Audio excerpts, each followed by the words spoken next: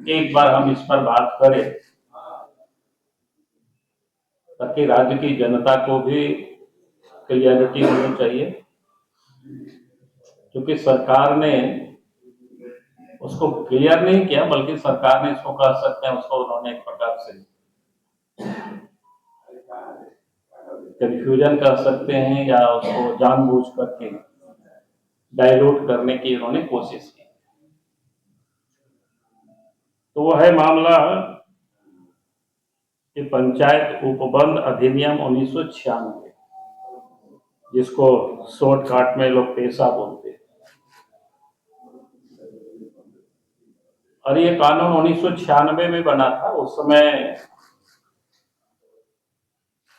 मतलब देश में कांग्रेस की गवर्नमेंट थी,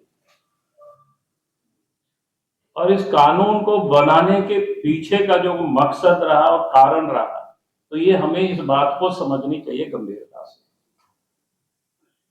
क्योंकि इस देश के अंदर में 700 से अधिक अनुसूचित जनजाति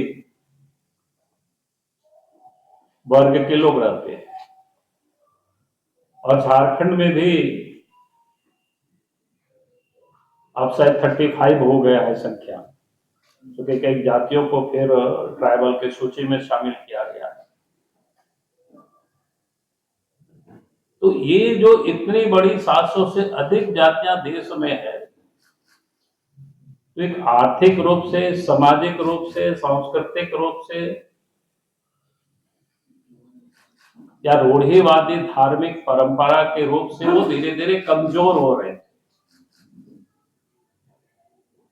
तो सरकार को ये महसूस हुआ, केंद्र को, कि भाई हमें इनको मजबूत करना है, और इनको मजबूत करने के लिए ये जो हमने कहा कि पंचायत उपबंध अधिनियम 1996 लाया गया। उसमें से बहुत सारे क्लॉज है, उसमें से इसमें नियमावली सरकार को लानी थी, जो इस समय उन्होंने सरकार लाई, उसमें नहीं कहीं उन्होंने कंफ्यूजन को पैदा किया है। तो बाकी तो बहुत सारे लंबे चौड़े हैं, मैं उस ओर जाना भी नहीं चाहता हूं। उसमें से इस एक्ट का जो मूल भाव वो क्या है, वो मैं सिर्फ आप सब लोगों साथ एक पारा में पढ़ना चाहूंगा। इस एक्ट की जो धारा 4 है, उसकी जो क है, उसमें कहता है, क में पंचायतों के बारे में कोई राज्य विधान जो बनाया जाए, यानी राज्य जो विधान बनाएंगे तो क्या बनाएंगे, रूढ़ी जन विधि, सामाजिक और धार्मिक प्रथाओं और समुदाय के संसाधनों के परंपरागत प्रबंध पद्धतियों के अनुरूप होगा। अब ये पहला क का ये विषय है। अब ये हमें इस बात को समझनी चाहिए कि रूढ़ी जन विधि, सामाजिक और धार्मिक प्रथाओं, बिल्कुल स्पष्ट किया हुआ है।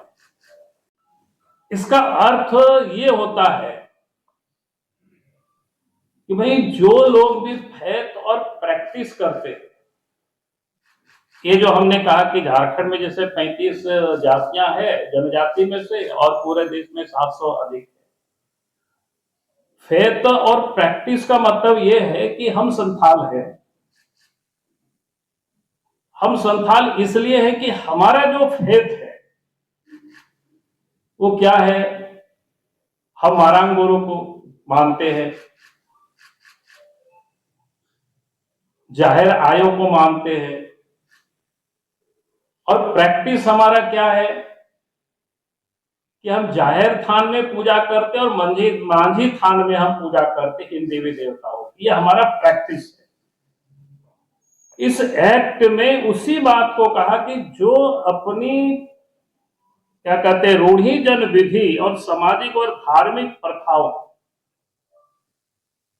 को जो मानता है, यानी उनको संरक्षित करने के लिए कानून बनाया गया।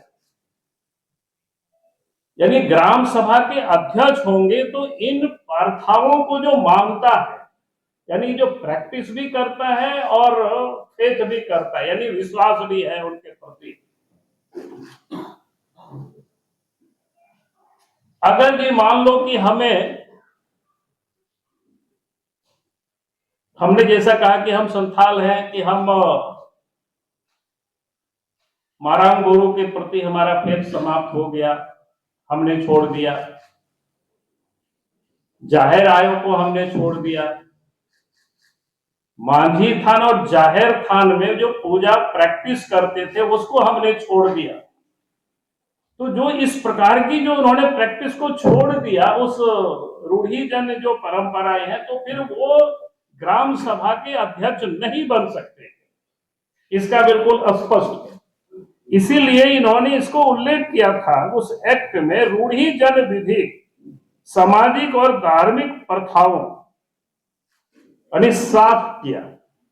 लेकिन इन्होंने जिस प्रकार से ये जो एक्ट उन्होंने बनाया, उस एक्ट में उसको ही उन्होंने समाप्त कर, ये जो नियमावली बनाया उसमें इन्होंने इसी को समाप्त किया है हेमंत सोरेन की सरकार ने। उसमें आप सब लोगों के समझ आया भी होगा विषय। उन्होंने कहा कि ग्राम सभा के अध्यक्ष से अभिप्रेत है अनुसूचित क्षेत्र के पारंपरिक ग्राम सभा क्षेत्र में परंपरा से प्रचलित रीति रिवाज। रीति रिवाज क्या होता है भाई? रीति रिवाज तो जैसा होता है ना, बोलचाल में कोई होता है, या फिर नाच गान वगैरह वगैरह, जो रीति रिवाज इस यहां तक ही सीमित होता है। जिस फेथ और प्रैक्टिस की जो मैं बात कर रहा हूं, जो धार्मिक अनुष्ठान, ये क्या रूढ़िवादी विधि और सामाजिक धार्मिक स्पष्ट उल्लेख किया हुआ है। हम ये नहीं कह रहे इस एक्ट में, 1996 के एक्ट में, लेकिन हेमंत सोरेन की सरकार ने इसी को समाप्त किया है।